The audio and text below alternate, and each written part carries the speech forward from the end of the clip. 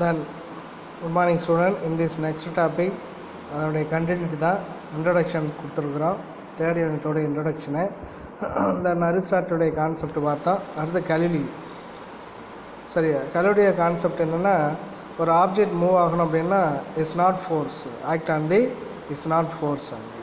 அப்போ அந்த கலிலியோ அந்த கான்செப்டை டெமான்ஸ்ட்ரேட் பண்ணி எக்ஸ்பெரிமெண்ட் மூலியம் உனக்கு ப்ரூவ் பண்ணியிருக்காரு. when a ball rolls from the top of an inclined plane to its bottom.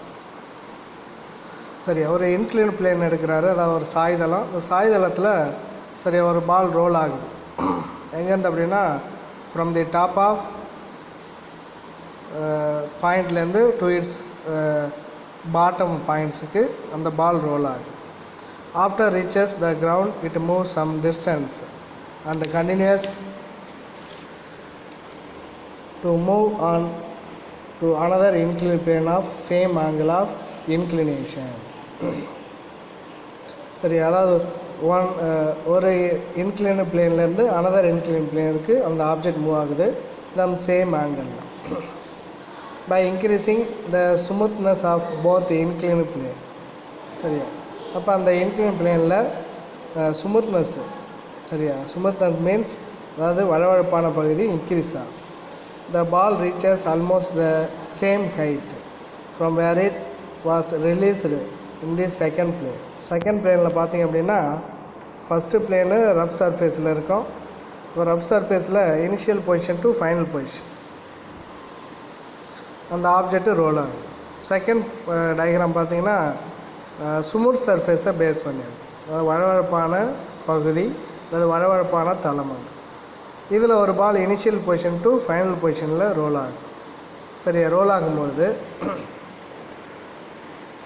The motion of the ball is then observed by varying the angle of inclination. Angle of இன்க்ளினேஷன்னா சாய் கோணம்னு அர்த்தம்.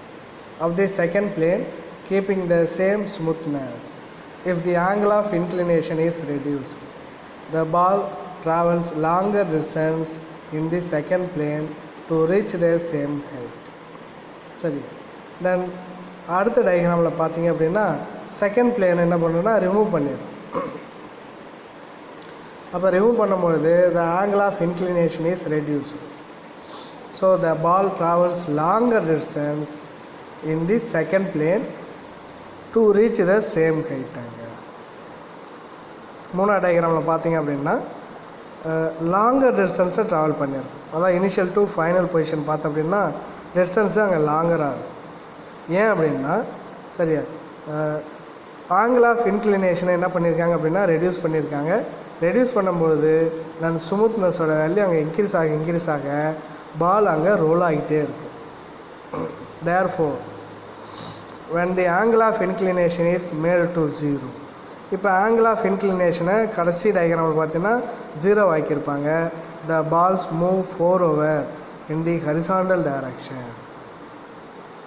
If the Aristotle idea were true the ball would not have move in the second plane even if its smoothness is made maximum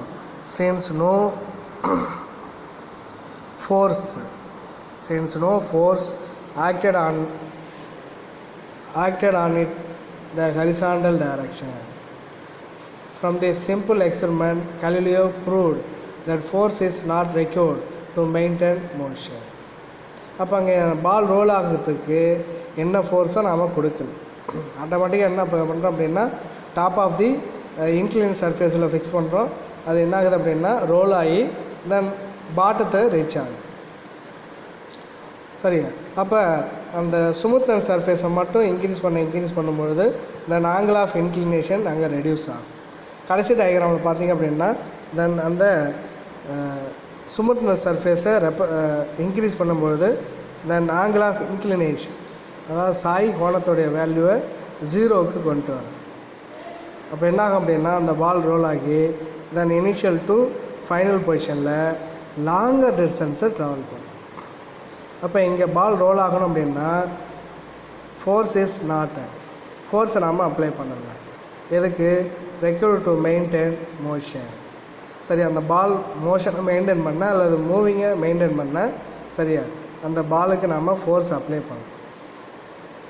Therefore, an object can be in motion even without a force acting on it. சரி, அப்போ Galileo concept படி ஒரு object move ஆகணும் அப்படின்னா without a force acting on it. In Enceladus, Aristotle coupled the motion with force. அரிஸ்டாட்டிலுடைய கான்செப்ட் என்னென்னா then மோஷனும் ஃபோர்ஸும் கப்புள்டில் இருக்குது. கலிலியோ கான்செப்ட் என்ன அப்படின்னா தென் மோஷனும் ஃபோர்ஸும் டீகப்புள்டு இருக்குது. கப்புள் மீன்ஸ் சேர்ந்து இருக்கிறது.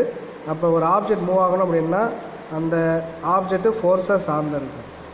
கலிலியோ கான்செப்டில் டீகப்புள் மீன்ஸ் ஒன்றை ஒன்று சாராது. எது மோஷனும் அண்டு ஃபோர்ஸ். ஒரு ஆப்ஜெக்ட் மூவ் ஆகணும் அப்படின்னா அங்கே ஃபோர்ஸை சார்ந்து இருக்க வேண்டாம். சரியா, இந்த எக்ஸ்பெரிமெண்டல் செட்டப்பை உனக்கு ப்ரூவ் பண்ணி கொடுத்துருப்பாங்க. இது கலிலியோ கான்செப்டை பேஸ்.